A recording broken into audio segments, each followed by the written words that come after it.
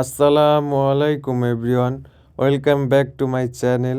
আজ আমরা চলে যাচ্ছি আমাদের কেরানীগঞ্জের মধ্যেই অবস্থিত এক ভ্রমণদায়ক জায়গা পানগাঁও, যেটা আমাদের এলাকার খুবই কাছে এবং যেতে অনেক সময়ও কম লাগে।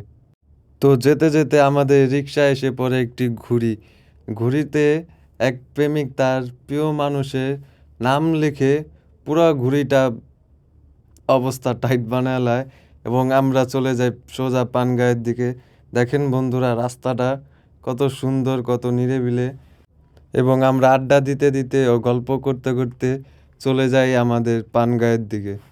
তো পানগাঁয়ে এসে আমরা সোজা চলে যাই ভিতরের দিকে এবং এক জায়গায় দাঁড়ায়া রেডি করতে থাকি আমাদের ড্রোন, এবং ড্রোন দিয়ে আমরা কিছু ভিডিও বানাবো এবং তা আপনাদের সাথে শেয়ার করব।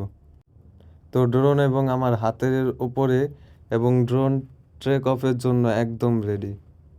তো দেখেন বন্ধুরা, ড্রোনটা কি সুন্দরভাবে উড়ে তার মালিকের পিছে পিছে চলে যাইতাছে, এবং আমরা এক জায়গায় বসে শুরু করে দেই আমাদের আড্ডা।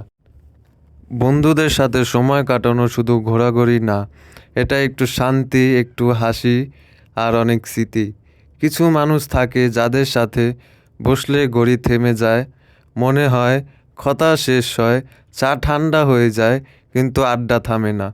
বন্ধুদের সাথে কাটানোর সময় মন খারাপ ও হালকা হয়ে যায়, আরও ছোট হাসিটাও বড় আনন্দের পরিণত হয়।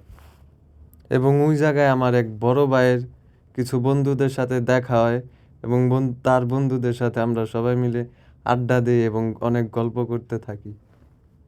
এবং আমাদের আড্ডা দেওয়া শেষ হলে আমরা চলে যাই আরও ভিতরের দিকে। আমরাও আমাদের ছোট্ট বন্ধুরা মিলে যাই ভিতরের দিকে কিছু ভিডিও করতে এবং ছবি তুলতে, এবং পরবর্তীতে আড্ডা দিতে থাকি আমাদের ছোট্ট বন্ধুদের সাথে, এবং আমরা বুট চানাচুর খাই এবং অনেক আড্ডা দিতে থাকি।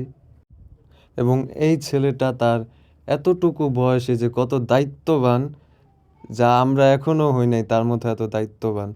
সে তার ফ্যামিলি চালানোর জন্য এই বয়সে বুট চানাচুর বিক্রি করে, এবং বিক্রি করা টাকা দিয়ে তার পরিবারের সমস্ত দায়িত্ব সে পালন করে। তো আমরা আস্তে আস্তে চলে যাই বাহিরের দিকে। এখন আমাদের যাওয়ার পালা। যাওয়া বলতে বাসায় না, আমরা যাব চা এবং চাপটি খেতে। তো যা যাক বন্ধুরা, এবং দেখেন আমাদের মানবতার ফেরিওয়ালা বন্ধুকে।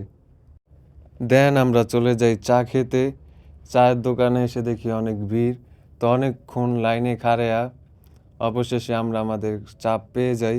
চাটা আমরা অর্ডার করি তেঁতুল ও জলপাই চা, যার মূল্য ছিল 25 টাকা, এবং ভিতরে অনেক লোক থাকার কারণে চা নিয়ে আমরা পরবর্তীতে বাইরে যাই। এবং আমাদের চা খাওয়া শেষ হলে আমরা চলে যাই চাপটির কাছে। চাপটির দোকানে এসে দেখি অনেক ভিড়, তো অনেক ভিড় অতিক্রম করে আমরা অর্ডার দিই ডিম চাপটি, যার মূল্য ছিল মাত্র 35 টাকা, এবং ভর্তার সাথে চাপটিটা জোস এবং খুব অসাধারণ, মুখে দিলেই সেই স্বাদ। তো দেখেন বন্ধুরা, চাপটিটা দেখতে কত লোভনীয় এবং আকর্ষণীয়।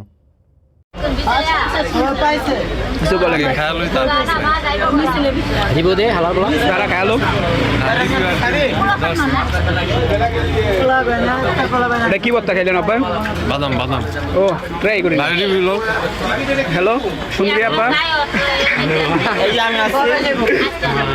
কালু। হ্যালো গাইস, পিঠাটা অনেক ভালো, আপনিও খেতে পারেন। আসে ঠিক ঠিক, তোমার বউকে নিয়ে আসো।